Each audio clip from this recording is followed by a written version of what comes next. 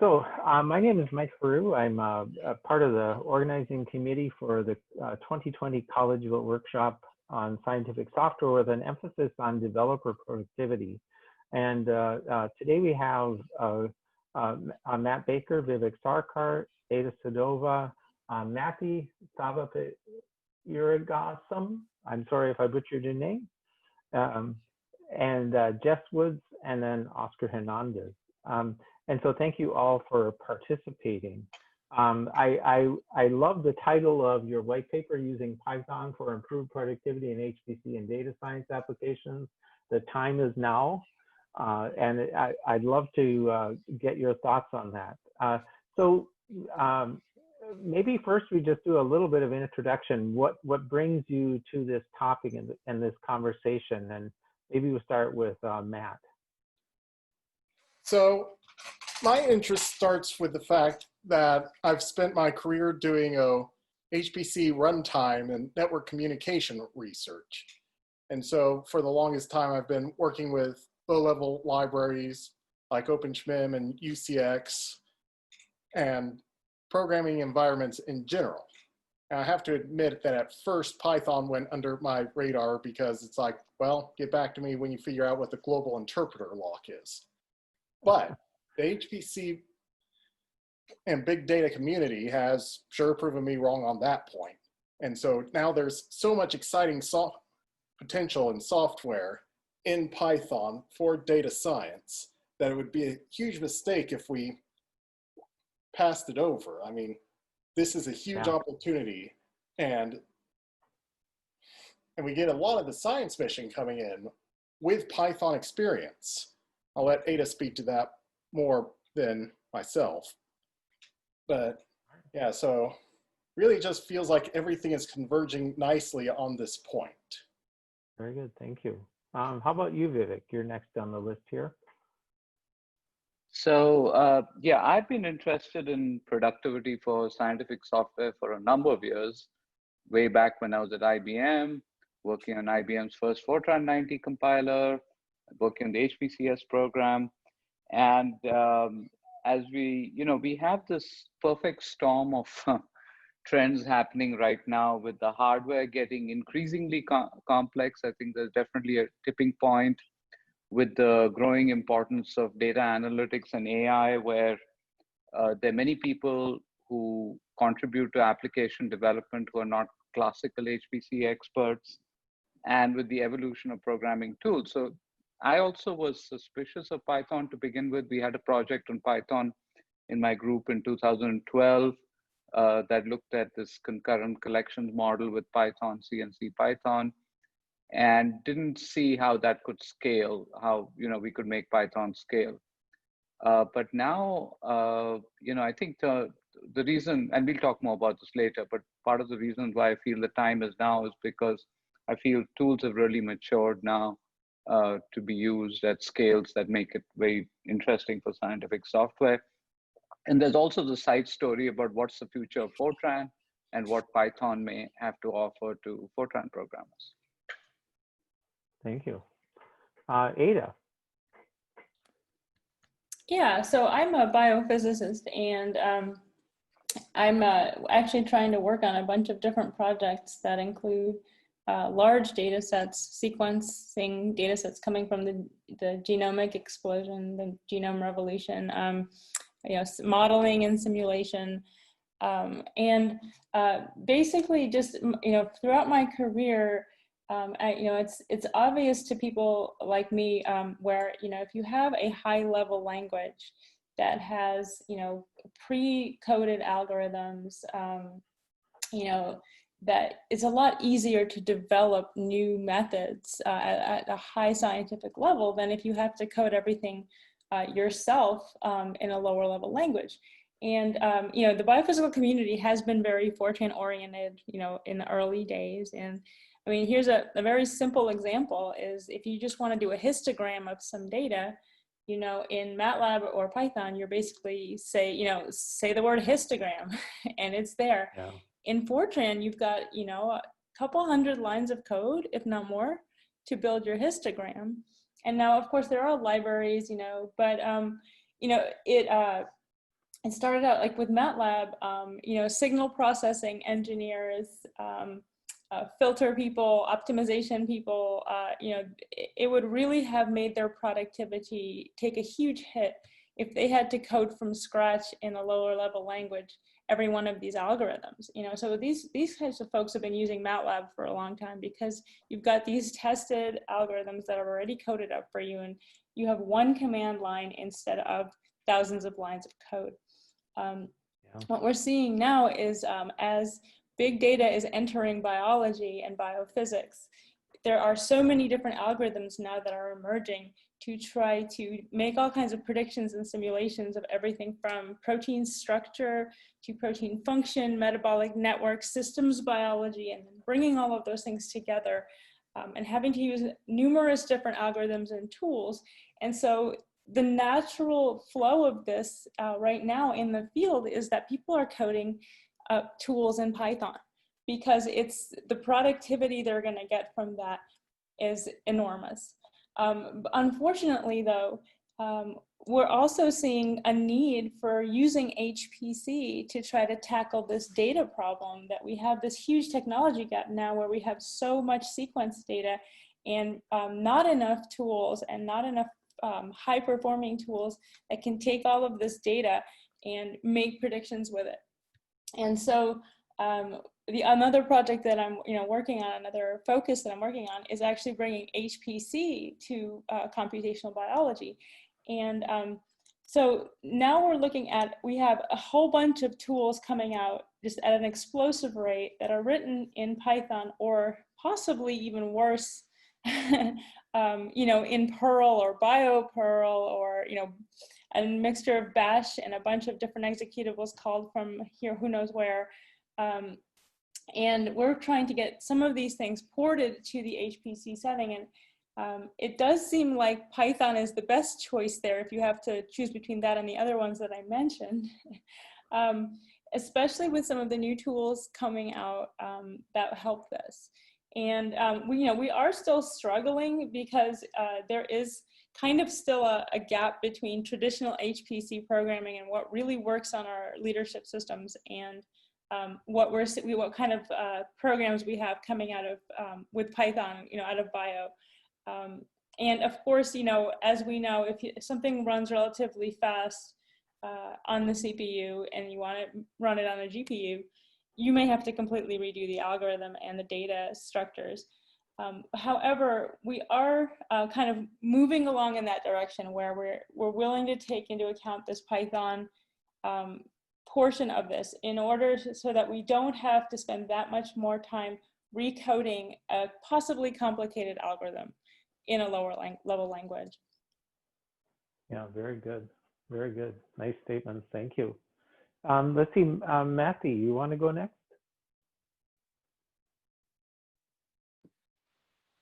Yeah. Actually, I have been working with computer science programming, specifically scientific programming.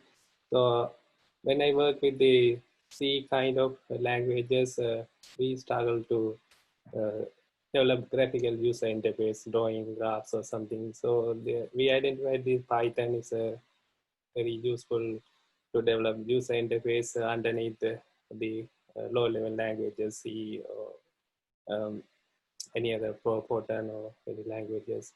So we identified this is a best language to develop wrappers. So if we develop wrappers, then we can call inside these low-level language that can deal with the architectures and that can give best performance.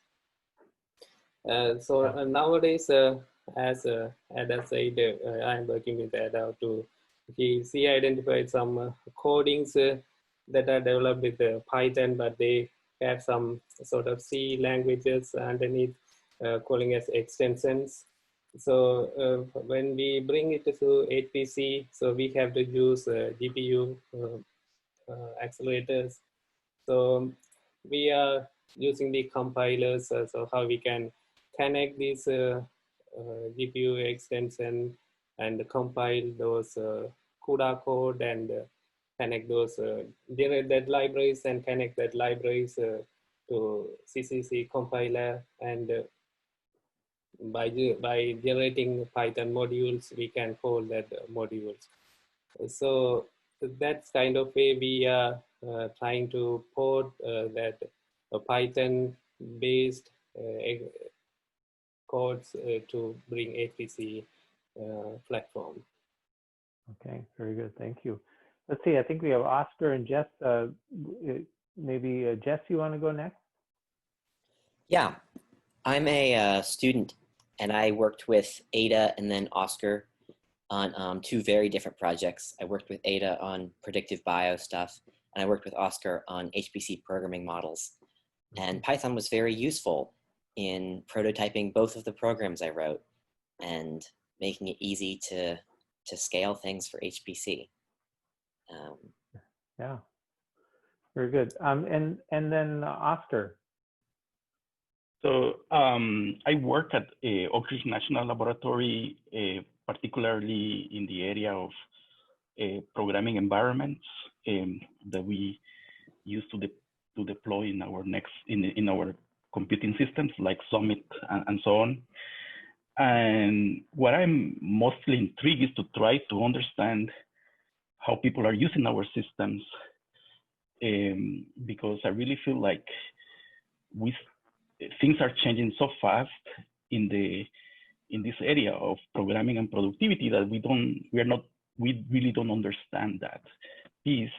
And so one of the things that I have traditionally focused on traditional HPC languages like base languages like Fortran, C++, and compiler technologies that we can enhance those languages, let's say with directives or other base languages support to improve the utilization of the GPUs. But now what I'm seeing is a trend of developing frameworks and developing libraries and that are starting to use the GPUs efficiently, that are being called by Python. And that applies not only for certain components in HPC, but also for data science and data analytics. So my interest in here is to try to understand this community and how we can support them better in our systems and develop basically ideas on how we can improve the support of Python and frameworks that are being called by Python, so that we can increase the productivity in our computing systems. Thank you. So we heard a bit in particular from Ada about some of the applications that benefit from being in a Python environment. You also highlight a few in your paper. Maybe could someone highlight just one of those and why the Python environment is particularly useful beyond maybe what Ada said?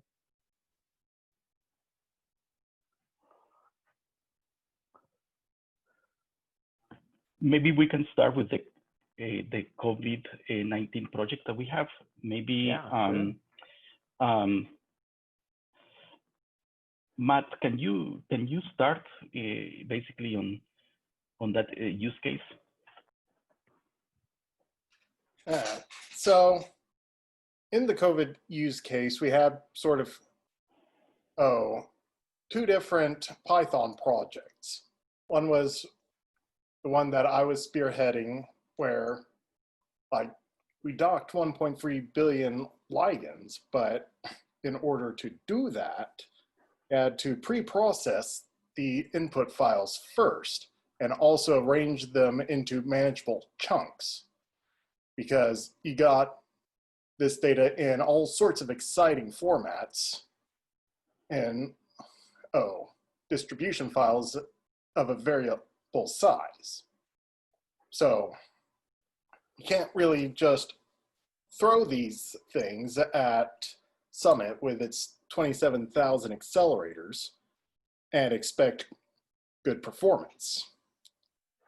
So since this wasn't a particularly compute-heavy part of the project, we were able to leverage Python with various multiprocessing libraries like joblib, and then be able to shotgun out smaller resources to do the pre-processing, to shard out the data into manageable and roughly even chunks with all the files converted into the input format that our docking program wanted. Second Python project done by Sven Booms was the actual coordinating the docking, because we were running the docking program on the 27,000 accelerators in Summit, and so the package Fireworks, which is a tasking package for HPC systems to farm out the different chunks of data from the previous pre-processing step to be actually docked on each node. Very good. So I want to go deeper into how Python has improved as an experience for getting high performance. We've heard some mention, Matt, you just mentioned a few approaches. It seems to me, so I've seen some literature, for example, on TensorFlow and similar kinds of machine learning AI type of packages. My understanding is those perform well across a variety of platforms, because underneath the interfaces that you call to, there's a lot of work that can be done. The back end can be optimized highly for whatever architecture it's running on. And so it's somebody else's job to make it run fast, even though you're calling it, say from a Python API.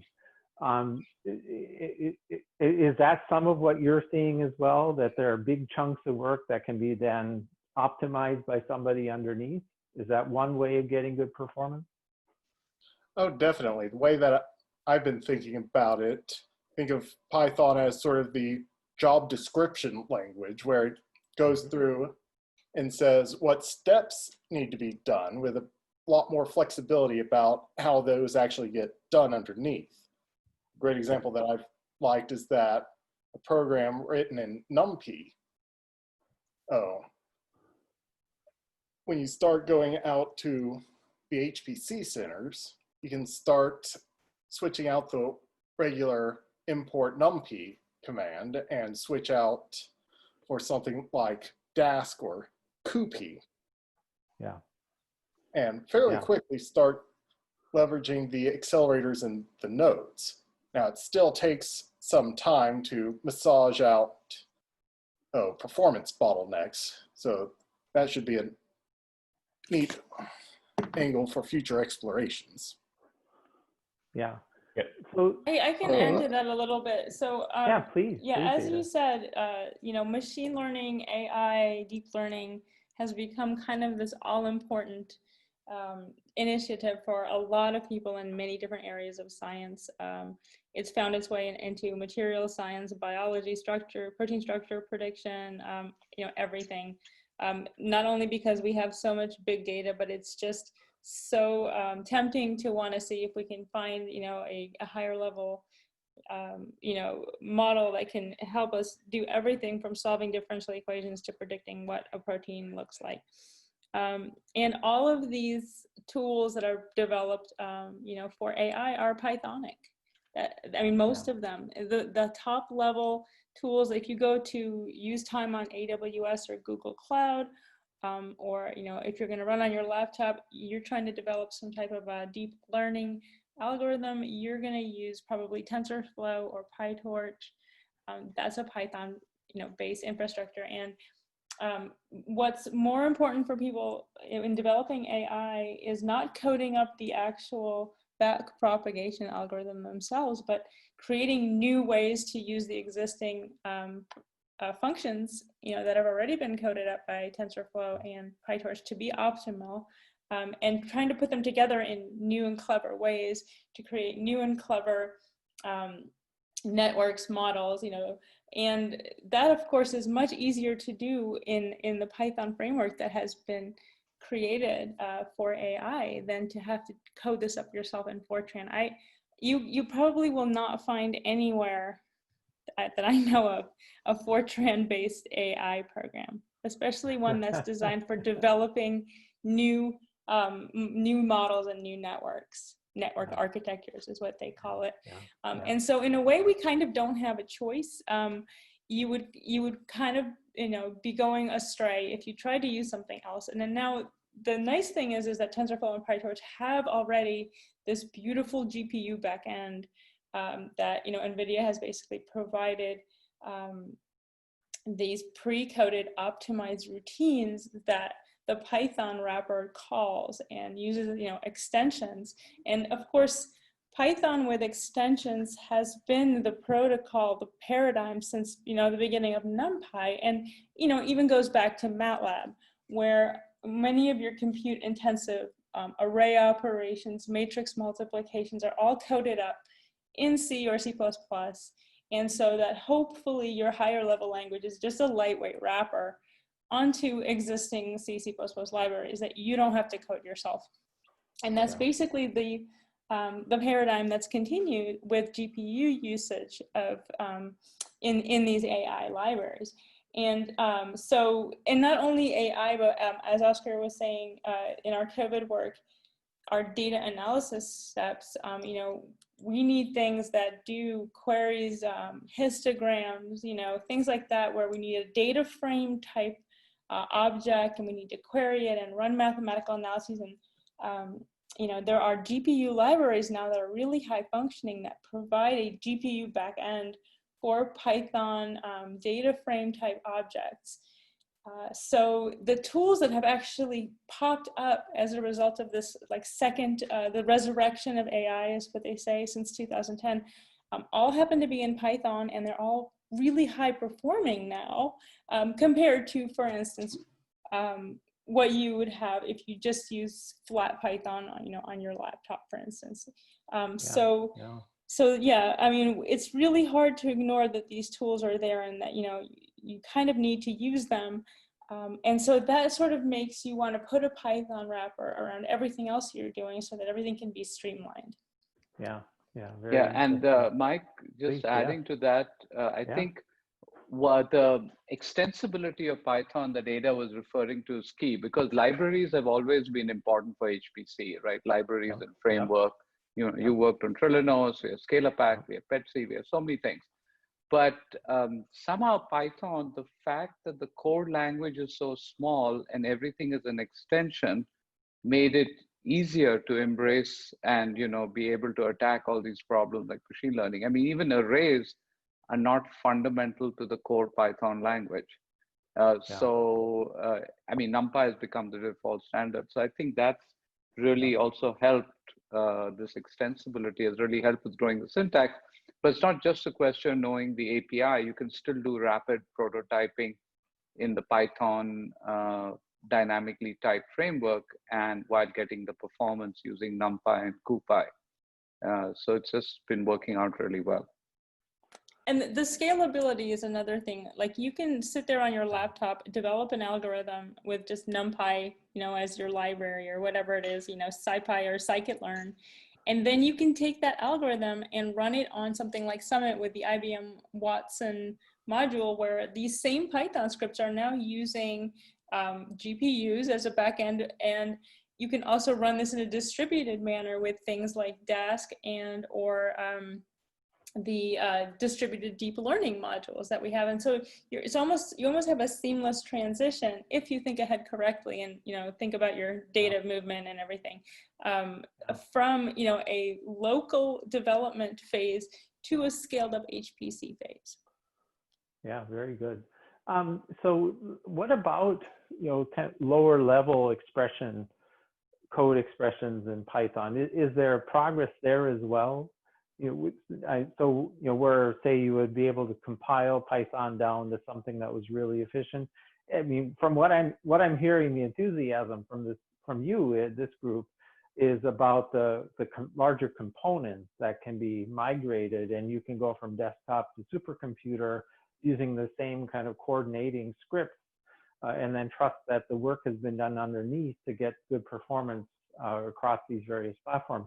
Is there also excitement in Python itself being a high performance language, or is that not the point?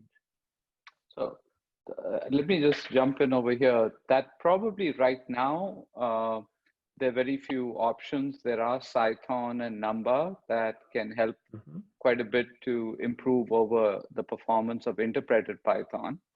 I would say Numba in particular has been very valiant with automatic parallelization, automatic vectorization, you know, at the node level.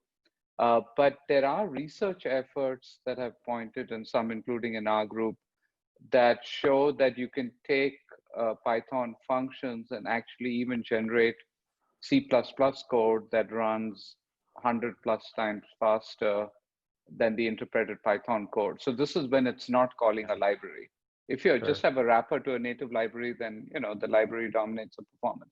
So I think there's hope over there, and there's a trade-off, of course, between the rapid prototyping you can do with the dynamically typed language and how much you can optimize. But for example, in our group, we took working with colleagues in GTRI, they ported signal processing code from MATLAB to Python, and we fed it through our prototype tool chains, and we were able to get really excellent performance on Summit with the distributed runtime scalable that kind of outperformed what they were getting with the native MATLAB libraries. So I think there's hope, but that'll take more work and more investment for sure on the compiler. But if I understand, the value proposition you've observed is this ability to be able to orchestrate execution of backends that are really tuned for the architecture. If you know what you're doing ahead of time in terms of how to call things, how to organize your data, that seems to be the biggest value. Yeah, and then if you have multiple architectures, you can of course generate multi-version code and so on. Yeah. Yeah. I mean, so one message I take away from this also is that if I want to be prepared for the next generation of users, I would want to look at Python interfaces that I could adapt to my software underneath if I'm writing in C++ or some other language. You're really trying to get the most performance out of a GPU, or CUDA or HIP or whatever. Is that also a fair interpretation of what you said, or outcome? Yeah, I think it's fair for multiple reasons. Some also maybe social in the pedagogic context. Majority of introductory CS classes now teach Python as the first language. I think if you look at languages used in GitHub projects, there's a power law. JavaScript is the most heavily used, and Python is a close second. And C++ is quite a way behind. So obviously the experts who can use C++, but if you want to make your software accessible, having a Python interface will help a great deal. Yeah, very good, very good. Now, on the other hand, it's not all roses. So, for instance, Mati is a hardcore C++ programmer with a lot of experience with OpenMP and threading and things like that, and Cocos. And so he is struggling because he has to kind of learn Python on the fly and figure out all of the compiling, that has to happen with Python, because actually the compiling part, when you're changing your extension in a pre-built code, and now you want to run your setup.py and like recompile your whole Python package, there's a lot of stuff that's hidden and default, and it's not even there in front of you in the code, because it's calling all these pre-existing Python packages that and so you have this kind of package fatigue where you're like, oh my God, I don't know what this package is doing that's calling this package this way, and I don't see the source code in front of me. And so, I mean, for traditional programmers, like actually, me and Mati are both kind of in that category a little bit, is, it isn't actually as, easy as it could be. Like if the code was already in C++, we would actually be happier sometimes. Yeah. But but the thing is that the code is not in C++ because somebody else developed that algorithm and got a benefit in productivity from using Python. And for us to actually recode the entire algorithm in C++ would take much, much, much more time than wrangling the Python issues. So if you're dealing with existing codes that are out there, and they're, like Vivek was saying, they're coming out there in full force. There's so much Python coming out, really good stuff. Then you kind of have to work with that, and that's something that I kind of wish was a little bit easier. But maybe that will help. Maybe that will get better too. Who knows? Yeah, very good. So I have 4 of my students this summer started on very different projects, and all of them have converged to a path where they're now using Jupyter notebooks for 4 very different projects, but all of them reached a point where it was the right thing to do. And 3 of them are doing Python, 1 is doing Cling. And then my sons, I was trying to introduce some programming with their math homework this summer, just informally, and I stumbled upon colab.research.google.com, which is essentially Python notebook, Google Doc version of it, which I got really excited about. Are any of you using Jupyter or similar kind of notebook environments to do your work?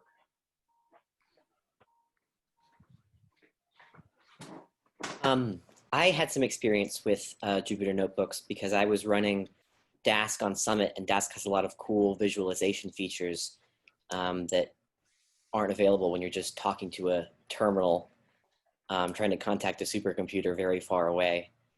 And Jupyter notebooks was helpful to like present all those things to me in a really nice fashion.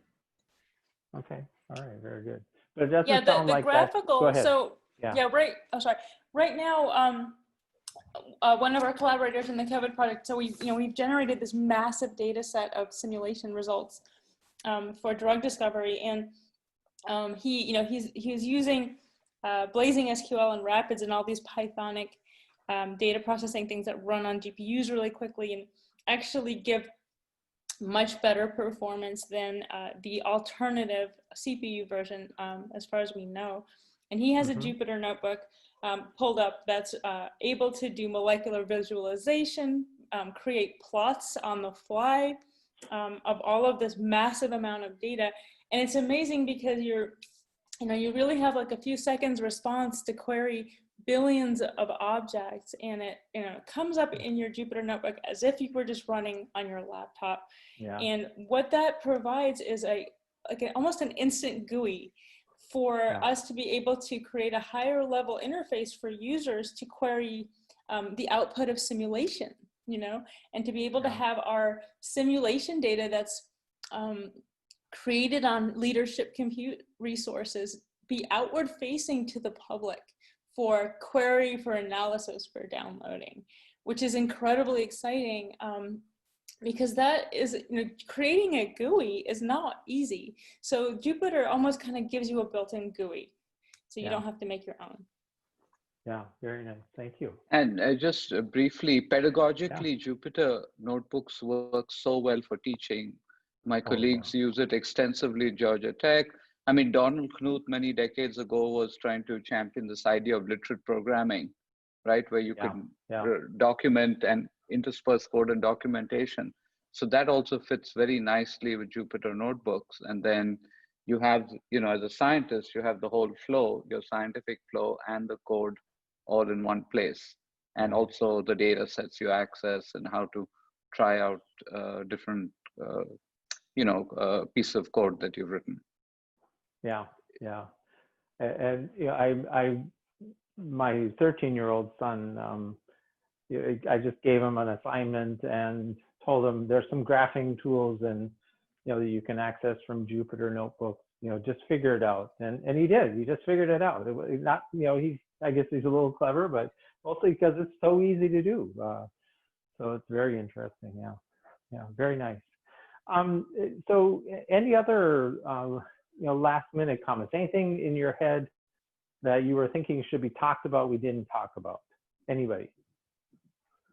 Well, I mean, just the fact that you're not going to get... I just want to make sure, Mike, we have time at the end, as you had suggested, to talk about why the time is now and future direction. That's all. Yeah. Okay. Yeah. Thank you. Yeah, Thank but, you, but Vivek. go ahead. Yeah. Yeah, I just wanted to yeah. mention it's not all a walk in the park. I mean, we're Oh, not there very in good. terms of performance like we are with, you know, Fortran and C++ on HPC Sure. and GPUs. Sure. And so the time is kind of now to try to help move this forward and make it more well integrated with HPC. I mean, because I don't think it's complete, you know, really quite there yet.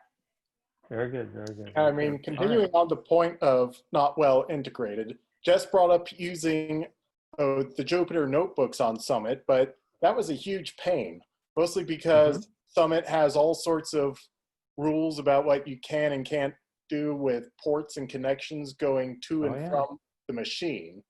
And pretty much all Python code assumes TCP IP because, you know, what else would you use? Right. And so that's been a major sore point of integration, just sort of the policies of the machine. And what Matt was saying, you know, Python developers probably aren't thinking about HPC right now. Yeah. And even the people that develop the Python language, you know, and the decisions made deep under the hood of the language. And so that is something that it would be really nice to change, is if more people were aware of the scaling that you can do and looking ahead kind of so that you can anticipate that. Yeah, very good. Very good. Any other comments? And then we do want to get to why the time is now. Well, the other comment I want to mention is that Python can give us an opportunity to bring HPC to the masses by making available libraries that are written in HPC, as well as leveraging compiler technologies like investments that we're doing in the context of LLVM. But basically, that could help in the idea of compiled Pythons and also high performance communication libraries like that have Python bindings that HPC is a lot of the network communication optimizations of that, and low level frameworks like UCX that has Python bindings, has helped to basically to bring HPC to the masses, especially in the area of data science and so on. So the comment is that Python could be something that we could use to bring our HPC technologies to the rest of the to a bigger community. Very good, very good. Thank you. Yeah, I'd like to second what Oscar said. Like Matt said, Summit and Python were a nightmare to get working together, but I didn't know anything about HPC a year ago when I started working at Oak Ridge, and Python made it really easy to prototype that stuff because all external Python libraries are meant to be like drop in to normal Python syntax or like as close as you could get. So it was very easy to pick it up and learn HPC through that, just as somebody who has less experience. Yeah, very good, very good. All right, thanks. So let's get to this, the subtitle of your white paper, The Time is Now. So my interpretation of that subtitle is that the time is now to take Python seriously and start investing in what is needed to make it really usable for production HPC software. I think so it's not the time is now that we can just use it off the shelf, as we've already heard, but it's got enough proof points, and I think the momentum and the extensibility is such that in my mind, any investments made in getting this direction to work will be well rewarded in the future. At the very least, expanding the usage of HPC, but I also think with hiding the hardware complexity that we have to deal with. I mean, now, even just porting to 3 different GPUs today is getting to be a major challenge. And then we have a lot more coming up in terms of customized hardware in the future. So I think for me, the interpretation is that the time is now to take it seriously and start investing. I mean, that's about my view as well. I mean, I like to think of it in terms of a historical analog where for the longest time, like your compiled languages like C, it's like, well, you can use that for the non-performant parts, but once you need real person performance, you have to get down into the assembly and start handwriting blobs of assembly. But eventually there was an inflection point where compilers just got good enough that increasingly that was unnecessary, and you could just express everything you wanted in your compiled language and not worry about it, to the point where today you really have a hard time finding people that can outperform the compiler. There's just so much knowledge embedded in the compiler and its optimization algorithms that you really need a very difficult problem and a very talented programmer to actually outperform the compiler. And I think that we're hitting that point with Python now, where increasingly people will just use Python and skip the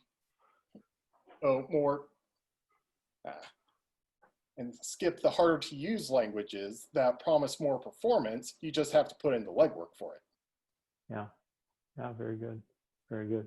Yeah, and on what Matt is saying is, some of these solutions like Numba, and Python, where you can kind of compile down your Python, are really promising. And they're very early stage right now, especially compiling for GPU, for instance. And so there's another place where it would be really nice to see some investment in moving forward. Yeah. This is consistent with one of the themes of an interesting paper that was in Science magazine recently. Charles Leisterson is the lead author. It's called "There's Plenty of Room at the Top: What Will Drive Computer Performance After Moore's Law." And one of the themes is this componentized approach with backends that are ported by experts, but then sitting at the top of that is this orchestration means, and Python seems to be able to play a really nice role of doing that. And in fact, it's a way then of getting additional parallelism, right? Because you can figure out what can run simultaneously. So yeah, it's very interesting to hear what you have to say here. But if you're going to be thinking of Python as a way to go from laptop to supercomputer, then programming practices have to sort of change. I mean, there has to be kind of that procedural, you have to teach people that, something that runs on a bunch of threads on a single CPU is probably going to be a different algorithm than if you want, to kind of start running things on a whole bunch of GPUs, and so that's some of the problem that we're seeing, is that the way the code is actually architectured makes it hard to just instantly scale it up. And so programming practices kind of need to start thinking about that, how to teach scalable code, even at the Python level. Yeah, very good. All right, any other last minute comments, things that didn't get said that you want to bring up?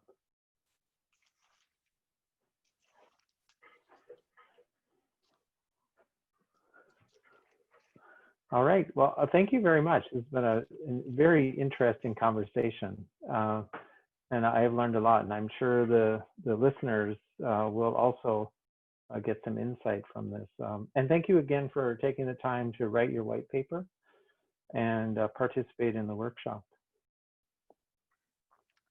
Thank you, and thanks for organizing this. I think this is a great opportunity. It actually gave us a great opportunity to put down in a short white paper things that we've been discussing among ourselves.